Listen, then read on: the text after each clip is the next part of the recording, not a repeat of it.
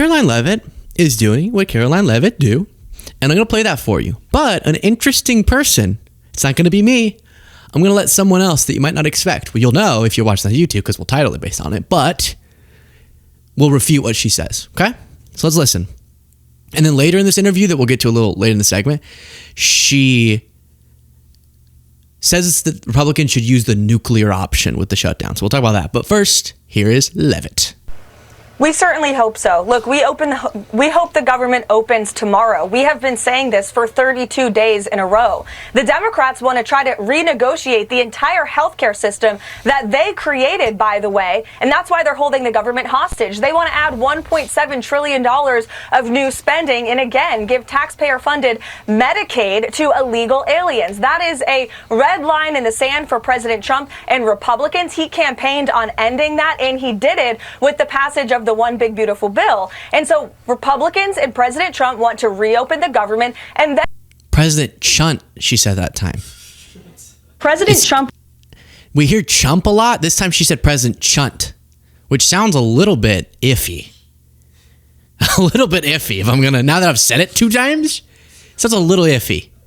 Blink twice if you actually hate Trump. Of the One Big Beautiful Bill. And so Republicans and President Trump want to reopen the government, and then we can discuss tackling these very important issues before us. How can we fix our healthcare system? There is no one more committed to answering and solving that question than President Donald Trump. That's why you've seen him work tirelessly to negotiate good deals with Big Pharma to bring down the cost of prescription drugs in this country. Drugs. Okay, this is just out of control. It's out of control. Get it together. So I said I wasn't going to. Let me just quickly, and then I'll let Marjorie do it, who is the person who's going to debunk it. Number 1, illegal. We've gone through that. She's lying about that. And number 2, what else did she say? That Democrats want to undo the system they created. Their main demands are expanding subsidies they implemented, so they don't want them to expire under Republicans, something good they did, and reverse cuts that Trump did. So that wasn't the system they created. That's something Trump did. And then we'll address the whole, what caused all of our problems in the healthcare system today is Obamacare. So I don't want to hear it from the Democrats anymore. I'll address that later. But first, again, something interesting. That's what Leavitt says. Let's hear what Marge says. She can take on Leavitt. Democrats passed Obamacare, but yet the Republicans have never done anything to correct the problems that exist with it. And I blame my own party. That's absolutely wrong. And I don't think it's an easy thing to fix. However, it's something that we should have a plan for. And Mike Johnson, for a month now, cannot give me a single policy idea. And I'm angry about that. Is this your understanding of Obamacare, that it raises? We still just don't know what's going on with her. We're trying. I'm not even being silly. I don't need to. People are weird. It was going to be I think she seems, when she's saying stuff like that, like a more pleasant person than I ever. It's weird. And then when she goes back to ranting about her normal things, all of a sudden, just separate from politics, if I just encountered her on the street, the vibe she's giving off is back to real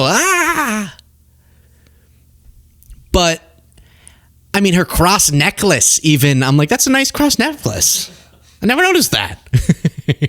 No. So she's on this series of criticisms of her own party. Interesting.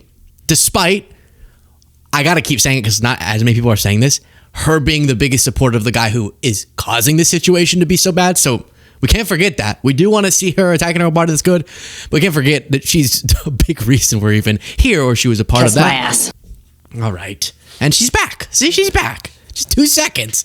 But before I address everything that was said there, first, click the subscribe button. Just click it. Why not? A huge percentage of the audience watches very regularly, but isn't subscribed, so that makes a big difference. I want to show you Mike Johnson, because he'll respond to Marjorie's criticism and then make some claims about Obamacare I want to address. Republican Party. So another thing that happened this weekend is open enrollment began for Obamacare. People are seeing a change in their premiums, essentially, if these subsidies that are set to expire at the end of the year are not changed, renewed, handled in some way. Last time you were here, we talked about Congresswoman Marjorie Taylor Greene, who had some real frustrations about this. Where is the Republican plan? I know you two had talked. Well, she posted this on X this week. She says, Johnson said he's got ideas and pages of policy ideas and committees of jurisdiction are working on it, but he refused to give one policy proposal to our GOP conference on our own conference call. Apparently, I have to go into a SCIF, referencing a protected intel sharing type place, to find out the Republican health care plan. And there are a lot of exclamation points there. Yeah. I don't know what to say about that. I mean, that's absurd. Obviously, we're not going to be on a conference call explaining all of our plans and strategies for healthcare reform because they're leaked in real time. Literally, when I have a conference call with all my members, it's tweeted out by journalists. They're supposed to be private, but they're not. And so Marjorie knows that. She knows she can come into my office. So he's about to get to the part 2 of his claim. I've already addressed now numerous times. All of us are confused. I'm with you if that's the first time you've seen him say stuff like that. Deep confusion as to why he thinks it makes any sense to say your plan leaking would be bad. There's nothing secretive. You didn't address her remark about that. She made a jab about that, which was apparently he thinks I have to go into a classified room to hear a healthcare plan. Like, you can just normally you run on those things. You tell people and then you pass them if they like them. But that's already absurd. What's more absurd now, watching this clip, he's now done, I think, 3, maybe 2 interviews saying that claim. Why are the hosts not asking? Why are none of them responding with, what would be bad about it leaking? What would be bad if it leaked that you had a bunch of really good policy proposals to address our healthcare crisis? None of them ask. So, okay, he's going to say his thing. He thought he found a talking point. Why is this host, Shannon Bream, like, totally great point? Because if it leaked, then people would know that you have a plan, which would be bad. Ask. Okay. This is the part about Obamacare. Any day at any hour, and I'll lay out everything for her. The committees of jurisdiction, the people who specialize in all of this, have been working on this around the clock for a long time. In fact, we published 60 or 70 pages of healthcare reform ideas in 2019 when I was the chair of the Republican Study Committee, the largest caucus in Congress. Our ideas have been out there for a long time. We're formulating the final plan that will bring down premiums. There's only one party in America that is going to do that. Remember, the Democrats are the ones that created the system that is failing us. They created Obamacare. They said it was going to bring down costs. It's done exactly the opposite. Premiums, by some estimates, are up 60% since Obamacare was created in 2010. So it's the Republican Party that is going to bring down the cost, not the Democrats. They've already proven what they're about. Okay, so that's really interesting because you'll hear that a lot. And a lot of us will go, yeah, that's right. So we'll circle back to that. Really important. But if you had pages and pages of plans, we're going on 500 years, is it, of Trump saying he's going to announce his plan? Why wouldn't he grab one of those and be like, oh, here's Mike Johnson's idea? I did not know. I swear on everything, I did not know that I had false written on the back of this piece of paper. There we go. It's false. That's it, Mike. You're false. And he could just present it, and then he would stop getting all this criticism for, while making huge reforms to healthcare, they all seem to be in the interest of increasing prices and people losing their coverage. And then for him to say, we're crafting a plan to lower premiums. And what it starts with is us letting expire the subsidies so that premiums skyrocket, right? So we kind of have to let it skyrocket, and then we'll all get to rock bottom. And just like with addiction, you got to get to rock bottom before you can do your 12 steps. So we're getting America to rock bottom. We're going to see how high the price can go. Then we'll present the plan. Why? And then this is something you hear a lot. It's true that healthcare costs have gone up, that insurance costs have gone up since the implementation of the Affordable Care Act. But what is that? Are you comparing that to how much they would have gone up before? How much they were going up before this was implemented? Because, yeah, it makes sense that over time they would go up. And that's something that I got to remind you of, which is, here's a fact check. Have healthcare costs risen faster since the Affordable Care Act was passed? No. While healthcare costs have continued to increase since President Obama signed the Affordable Care Act into law in 2010, they've done so at a slower rate than in the years before the law was passed. So when people say this was a good step, but wildly not enough, that's why they say it. Because it did slow the increase. It did expand how many people had insurance by a large margin. But it's not all the way to an ideal system, obviously. And that's why it's seen as a much more middle of the road healthcare reform than what we'd want in an ideal world. But it did slow the rate of increase, as I said, and get a lot more people health coverage, which is a step in the right direction. But it's funny because, first of all, that refutes what he was saying. At least they did something that did something good. What have y'all done?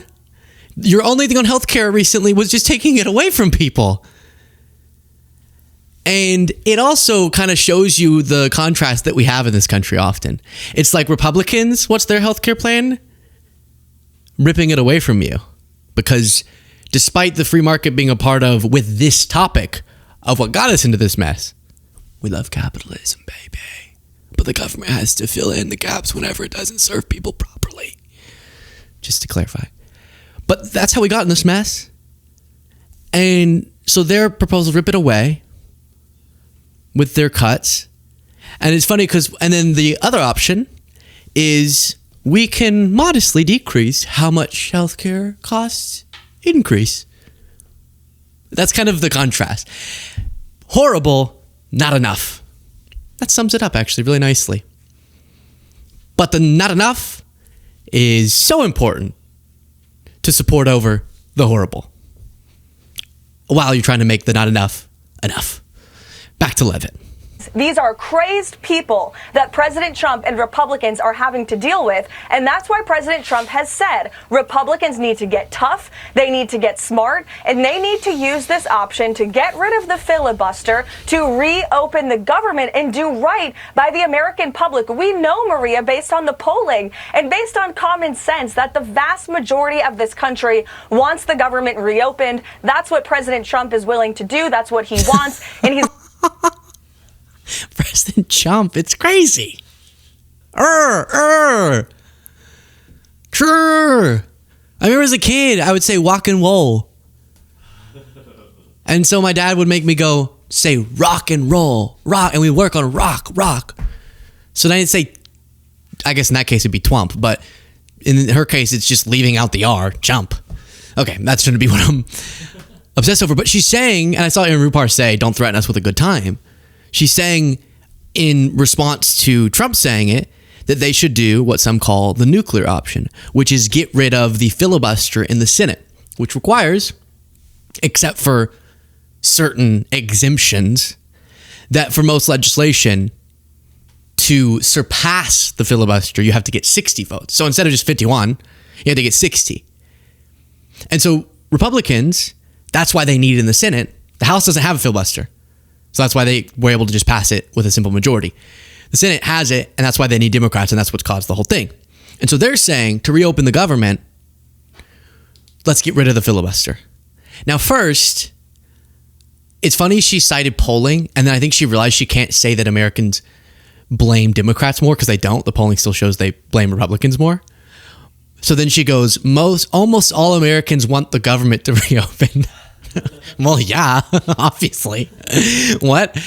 And it's more about, and what? What is the concession that happens to get the government open? So Trump's saying we shouldn't get any concessions. Let's just get rid of the filibuster.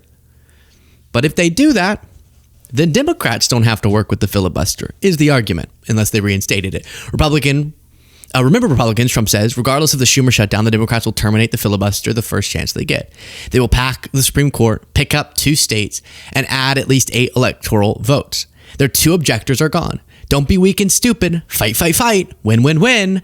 We will immediately end the extortionist shutdown. Get all of our agenda passed and make life so good for Americans that these deranged Democrat politicians will never again have the chance to destroy America. Freaky statement. Republicans, you will rue the day that you didn't terminate the filibuster. Be tough, be smart, and win. So all that's saying is make a dramatic choice to change the rules of the Senate to only need 51 votes to pass something. And I say, do it. Because then that will force Democrats to have no other option but themselves to operate without the filibuster, which I want. Because think about this. Yeah, they want to get the concessions. That's a big deal. But the long term, what hindered a lot of the really good things Biden could have done, well, he referenced the two objectors, Sinema and Manchin. And it always seemed kind of strange. The House doesn't have it. This isn't a constitutional thing. It's just kind of a rule they made. And the Senate is already so unrepresentative. California has 7 bajillion people, and Wyoming has 2, and Wyoming gets the same amount of senators as California.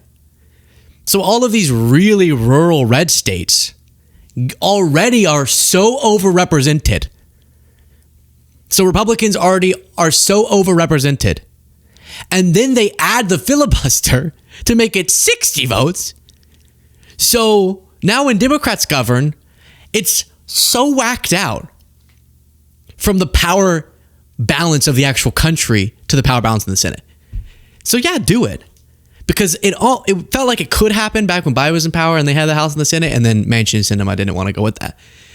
Because I do think, hey, Americans, let's vote for stuff, and then the people we vote them to do it, let's just have them do it. Why? But then if Americans give them a majority, they'll do stuff you don't. Okay, well then we'll vote something differently. And so I actually do want that to happen, even though it would be bad in this case where they wouldn't be able to get the healthcare concessions. But it would finally force, my thought is, Democrats into governing that way. Because in this political environment, you're like never going to get 60 votes. Now, the reason you're thinking, wait, but I thought Democrats passed a lot of things out of the Senate. There are exceptions. The budget reconciliation, things that directly impact the budget, which is like most of the things that will be in a major agenda item. That's also how they got the OBBB passed. So you can still pass major stuff through that process. But there are a lot of things that Biden could have done and that future Democrats could have done if it weren't for the Senate filibuster. So don't threaten us with a good time. Here we go. More Leavitt. Caroline, real quick, is the president not concerned that if you scrap the filibuster, it will be used against the Republicans in the future, where the Democrats will pass legislation without any input from Republicans? I think the president is realistic in realizing that the Democrats are going to do that anyway. You had 2 Democrats who were opposed to it, Kristen Sinema and Joe Manchin. And where are they? Neither of them are in the United States Senate today because they were pushed out by the far left radical base that has completely taken over the Democrat Party. Again, these are radical left lunatics in charge of the Democrat Party today, and they will nuke the filibuster. She's like an AI Trump post. It's like if I plugged in one of Trump's posts to AI and said, can you generate a video of like a generic woman who says these words? It would just make Leavitt. The radical left lunatics are so radical left and lunatic-y that they want to do everything bad. And President Trump, and so Kristen Sinema, Joe Manchin, there was, he was from West Virginia. He shot down a lot of things that would have been good there. But I get it a little bit more. Kristen Sinema got pushed out because Arizona elected her and was like, woo, let's do this. They wanted something, a change maker. And then she was just totally not meeting the moment. And there are left edges of the left that I take issue with constantly. But the reason why they became unpopular was because they were fighting against really good things, in my estimation. All right, then we go to Mike Johnson. This is a funny moment. Brooke Rollins is like, the government is failing you and I'm sorry. And Mike Johnson lunges to the podium and is like, the Democrat government. I'll just add to that. Oh, wait, I almost spoiled it. Take it down. Let's see. Is this the right clip? Hold up a minute, everybody. Here we go. Because reality is setting in for a lot of people this weekend. So what do you say to the millions of people who stand to lose their food stamp benefits? What should they do? My message to America is first, the fact that your government is failing you right now. That poverty is not red or blue. It is not a Republican or Democrat issue. It doesn't matter who you voted for or even if you voted. that if you are in a position where you can't feed your family and you're relying on that $187 a month for an average family in the SNAP program, that we have failed you. So then right after that, Mike Johnson runs up. She's saying, we have failed you. And Mike runs up. And as he told us, he likes to be happy, Mike. But this made him mad, Mike. And it's clarifying. When she says we have failed you, she means we, the Democrats, okay? Because as we've just explained, Republicans have voted 14 times to get this done. Yeah, that linguistically makes sense. A Trump administration official would get up and say we, the Democrats. Ridiculous. No, I mean, of course, Democrats are making demands. If they just went along with y'all's bill, the government would reopen, but also this healthcare crisis wouldn't be addressed. And a part of governing is getting the votes you need to get to pass stuff. And you need their votes, in this case, to pass stuff. Let me show you. I referenced snap lies that are being told. If I can pull this up. It's really been strange because some of the MAGA leaders like that have had a sympathetic tone. We really don't want food assistance to get cut off, even though we're the ones who aren't using the emergency funds that would fund this until a judge forced us to. But, we're so annoyed. And we're removing references to the emergency fund that we definitely could use and are now being legally forced to use off of our website because we didn't want you to know about it. But, we really wanted to. Sorry, Democrats. But some are just going, what's this whole SNAP thing anyways? Really, a lot of MAGA figures are going, I think people are getting a little too spoiled with this whole food thing. And watch one Newsmax host. There are 42 million people in this country that need food stamps on a weekly basis. And we're saying people deliberately instead of Americans because most of the people that are on food stamps aren't even from this country. Rob. Okay. So then he goes on to cite a bunch of information that gets completely clobbered. He said most of the people who are on SNAP are not Americans. According to the USDA run by the Trump people, almost 90% of SNAP recipients are born in the US. And another 6% are naturalized citizens. Please. And then obviously lawful immigrants with lawful immigration status. Unbelievable. But sure, I guess make that your argument. I think the people arguing for the food will come out better on that. And it does look like, luckily, the courts have ruled that Trump has to use those funds.